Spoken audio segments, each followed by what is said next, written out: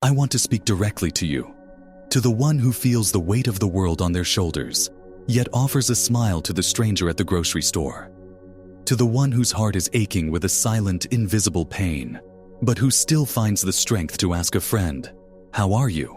and truly listen to the answer. You live in a profound paradox. You are simultaneously wounded and magnificent. And I need you to understand that this is not a contradiction. It is the signature of an extraordinary soul. You might feel like you're falling apart behind the scenes, holding it all together with sheer will. You might wonder how much longer you can sustain this. People see your kindness, your generosity, your strength, and they have no idea about the battles you fight when the lights go out. They don't see the tears you hold back, or the exhaustion that settles deep in your bones. And you think this duality is a sign of weakness, a fraud you are committing. You believe the real you is the broken one, and the strong one is just a mask. But what if the opposite is true? What if your ability to radiate love while enduring immense personal pain is not a survival mechanism, but a superpower? What if it is one of the most powerful and courageous acts a human being can perform? Your continued presence, your choice to show up for life and for others in the midst of your storm, is not a small thing. It is a testament to a resilience so profound, it borders on the divine. You are not broken. You are a living masterpiece of grace and grit. The suffering you are experiencing feels meaningless. It feels like a cruel twist of fate, a burden you did not ask for and do not deserve. But what if I told you that this specific pressure, this exact pain, is the precise catalyst required for your soul's evolution? In the Japanese art of kintsugi, broken pottery is not discarded. It is painstakingly repaired with lacquer, mixed with powdered gold. The cracks are not hidden, they are illuminated. The piece becomes more beautiful, more valuable, and more unique for having been broken. The scars tell a story of healing and resilience. This is what is happening to you. You are not being destroyed. You are being remade. You are a spiritual alchemist. Alchemy, in its mystical sense, was never just about turning lead into physical gold. It was a metaphor for the transformation of the human soul. It's about taking the densest, heaviest, most painful parts of our experience, the lead of our suffering, and transmuting them into the gold of wisdom, compassion, and unshakable strength. The challenges you face are the fire of the alchemical forge. They are designed to burn away everything that is not authentically you, leaving only your purest, most brilliant essence. Your pain is not a punishment. It is the raw material for your greatest creation, your fully realized self. You might be thinking, this is a beautiful idea, but it doesn't change the fact that I feel broken. And this is where we must look at the fundamental laws of reality. For centuries, we believed we lived in a universe of fixed, solid things, where we were passive observers. But quantum physics shattered that illusion. At the subatomic level, the foundation of our reality is not solid matter, but a shimmering field of infinite potential. Particles exist as waves of probability until they are observed. This is the famous observer effect. The act of looking, of placing your attention on a potential, is what collapses the wave and brings a specific reality into being. Now, apply this to your own life. Your consciousness is the observer. Your reality is the field of potential.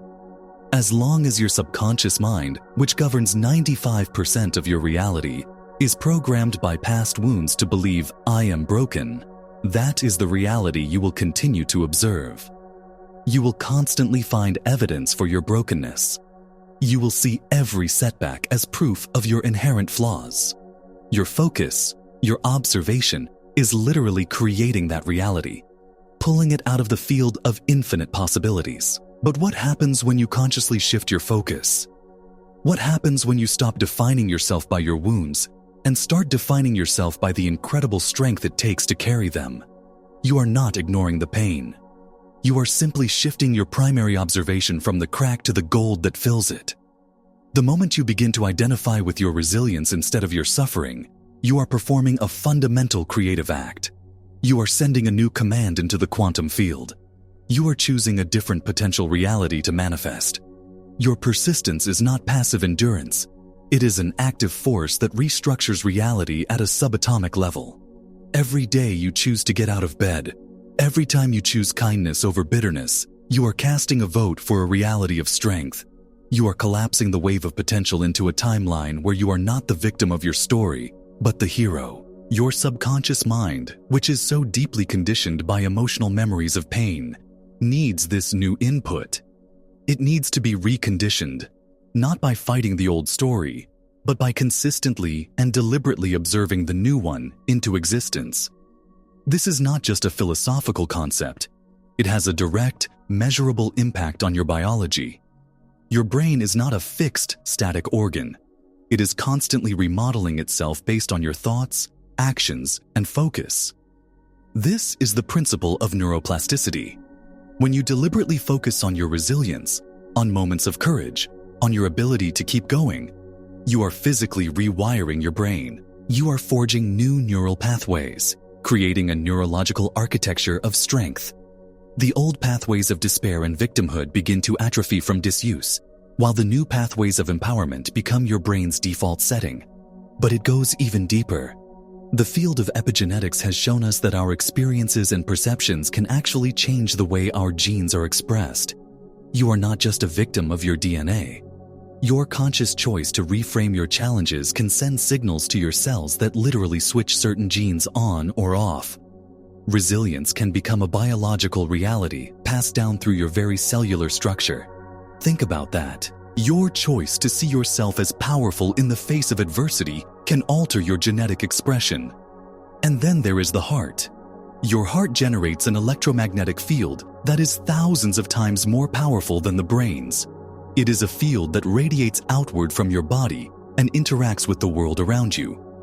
When you are in a state of fear, stress, or despair, this field becomes chaotic and incoherent. But when you cultivate feelings of gratitude for your own strength, when you honor your journey, your heart's field becomes coherent and powerful. You begin to broadcast a frequency of resilience, of grace, of love. This is not a metaphor. It is measurable physics. You literally become a beacon of strength, and that coherent energy field not only heals you, but it can be felt by those around you, giving them permission to access their own strength. This shift from being defined by your wounds to being defined by your courage is the most profound transformation you can undertake. It is the journey from victim to creator. So how do we make this practical? How do we integrate this into the moments when the pain feels all-consuming? It begins with a simple, conscious choice. You must be willing to hold the paradox. The pain is real, and the strength that endures it is also real. The work is to consciously withdraw your primary focus from the pain and place it squarely on the strength. Don't fight the feeling of being broken. Acknowledge it. Let it be there. But then, with the intention of a scientist observing an experiment, look for the evidence of your magnificence. Where did you show up today when it was hard? What small act of kindness did you offer? What fearful thought did you choose not to believe? You must become a detective for your own greatness.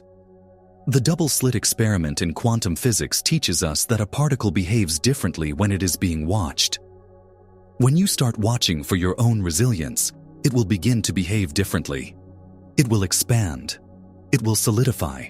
It will become the dominant reality. This is not about pretending the struggle doesn't exist.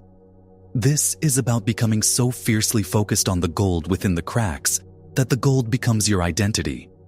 You are shifting from the frequency of I am wounded to the frequency of I am the one who heals.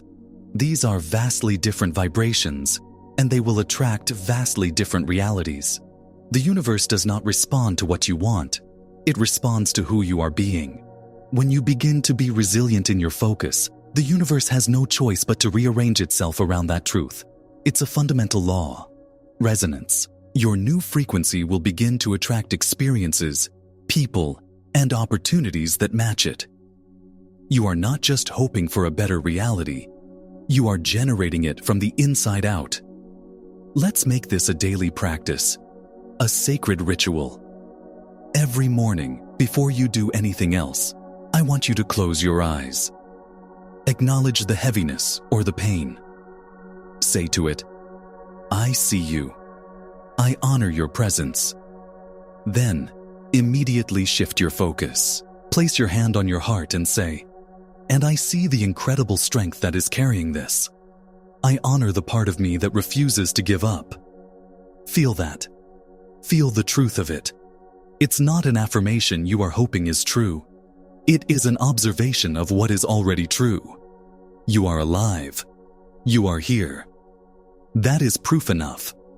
Do this throughout the day. When you feel a wave of despair, observe it, and then observe the strength that is allowing you to experience it without being completely annihilated. This is your training.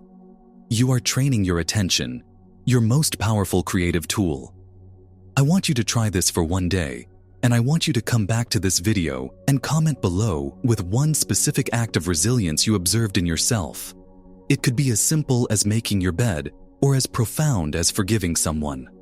By sharing it, you not only solidify it for yourself, but your story becomes a permission slip for someone else to see their own strength. Let's create a collective field of resilience right here in the comments. Your story matters because it is a testament to the indestructible nature of the human spirit. Now, there will be days when this feels impossible. Days when the old story, the old programming of the subconscious mind, screams for your attention. Doubt will creep in. The voice will say, this is nonsense. I really am broken. Nothing is changing. This is a critical moment. This is the static on the radio as you are trying to tune into a new frequency. The old signal is strong because it has been broadcast for years, even decades. Do not be discouraged. Your job is not to eliminate the static. Your job is to gently, persistently, and lovingly return your focus to the new station. Think of it this way. Your old identity is a deeply ingrained habit of consciousness. When you feel that pull back into despair, it is not a sign that this process isn't working. It is a sign that your system is recalibrating. It's the neurological equivalent of muscle soreness after a new workout. You are using faculties of consciousness that have been dormant.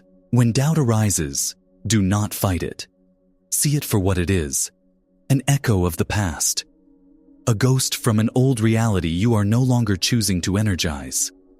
Thank it for trying to protect you in the way it knew how, and then deliberately place your attention back on the truth of your power, the evidence of your persistence. This is the work. It is a moment-by-moment, conscious choice to starve the old reality of your attention and feed the new one. Persistence is the key. Your sustained focus is what builds the momentum that makes the new state stable and self-perpetuating. So let us bring this all together. You, who have suffered in silence, who have felt the crushing weight of your own pain while simultaneously being a source of light for others. You are not a paradox to be solved. You are a living prophecy being fulfilled. Your struggle is not a flaw to be eliminated. It is a sacred initiation. It is your hero's journey. Every great story, every myth, involves a descent into darkness, a period where the hero is tested, broken down, and seemingly defeated. This is not the end of your story. This is the part of the story where you discover what you are truly made of. By consciously shifting your perspective, you are activating the deepest neurological and psychological resources for what is known as post-traumatic growth. You are choosing to see your challenges as meaningful, and in doing so, you are unlocking a level of wisdom, compassion, and strength that is inaccessible by any other means. Do not wish your scars away. They are the markings of a warrior. They are the golden seams of a masterpiece. Embrace the paradox of your experience. You can be both hurting and healing. You can be both grieving and growing. You are not a passive victim of circumstance. You are the observer at the heart of creation, and your conscious choice to continue, to love, to show up, is the most powerful creative force in the universe. Your presence here, right now, in this moment, is a sacred world-building act. See it as such, honor it as such, and watch as the world you observe begins to transform into a reflection of the magnificence you finally dare to see in yourself.